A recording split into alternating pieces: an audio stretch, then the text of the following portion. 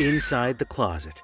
Tales from the Darkside episode explored. What do you think about when someone says 80s horror? I bet you can only envision low-quality footage with bad graphics that make for a boring and mundane viewing experience. However, you can be proven wrong by the TV series, which were aired from 1984 to 1988. The genre these series explored were science fiction, drama, and fantasy, with an element of horror. These series were the blueprint for short horror films, and laid the foundation for shows like Black Mirror that have gained popularity today. We are talking of none other than Tales from the Darkside, curated by George A. Romero and Stephen King. Both of them are household names for all horror fans. All episodes are standalone short films. Today, we will be delving into one episode titled Inside the Closet of the series. Before we go into our explanation, we have a very small request. If you like our content, please support us by subscribing to our channel. This is a small click for you, but for us,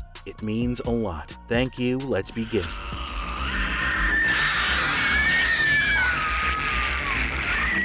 Every kid's worst nightmare realized. Inside the Closet, 1984. This nearly 22-minute episode opens with a shot of Dr. Fenner opening the door to a young female student who wants to be his tenant. He warns her that he is a veterinarian and dean at a college, and is a very strict landlord. This young girl, Gail Ainsley, agrees to all his terms and conditions and moves in. Dr. Fenner tells Gail that the room that he has given her was once his late daughter. He informs her that one particular closet door in her room will remain locked, as he has misplaced the key for the same. Little did she know that this seemingly harmless locked small door in her room will become the sole cause for havoc and her misery. On her first night in the room, Gail hears noises coming from inside the closet. She presumes it's a rat. The viewers, however, are shown the doorknob of the closet rotating from the inside. The next day, when Gail informs Dr. Fenner of the said rat, he simply scoffs at her, tells her that there are no live rats in his house. The following night, Gail discovers that the key for the door also opens the closet. She quickly places a rat trap inside the open closet door. That night,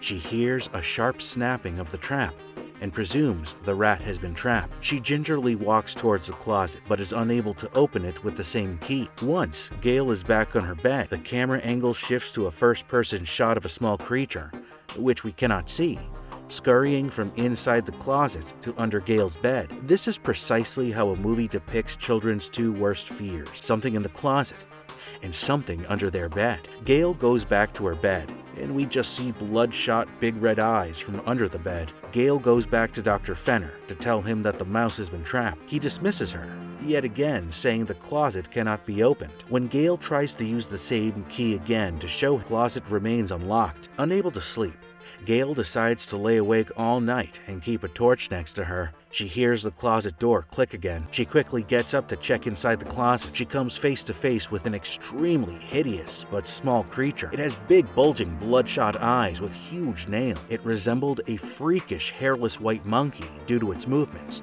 Gail screams and attempts to run when she is grabbed by this creature, who climbs onto her shoulders. It attacks her, and she falls with a thud to the ground. The creature then drags her across the room and into the closet. The last scene of this episode is Dr. Fenner on a call with Gail's parents, telling them he does not know about her whereabouts, then shrieks out in pain when the same creature grabs him by his foot. However, Dr. Fenner speaks to the creature lovingly, calls it his pretty little girl. He picks it up and takes it upstairs to tuck her into bed.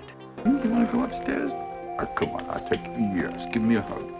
Why should you watch Inside the Closet? Inside the Closet is a very engaging watch. This is commendable, considering the fact that this episode was filmed on a small budget almost 30 years ago. The fear of having creatures reside in the shadows of your home, which is the place people presume to be the safest, transcends all generations. The character of Dr. Fenner is also one that is likable in his own way, despite his dismissive and annoying attitude. The trope of the naive college student is also explored via Gail, where her suspicions are right from the start. The fact that the episode does not explain who the creature is and simply shows us a strangely tender relationship of a father and daughter between Dr. Fenner and the creature leaves the viewer pondering. And if you liked our content, don't forget to leave a like and subscribe to us if you haven't already. Have a good one and be safe. Thanks, everyone. Ah!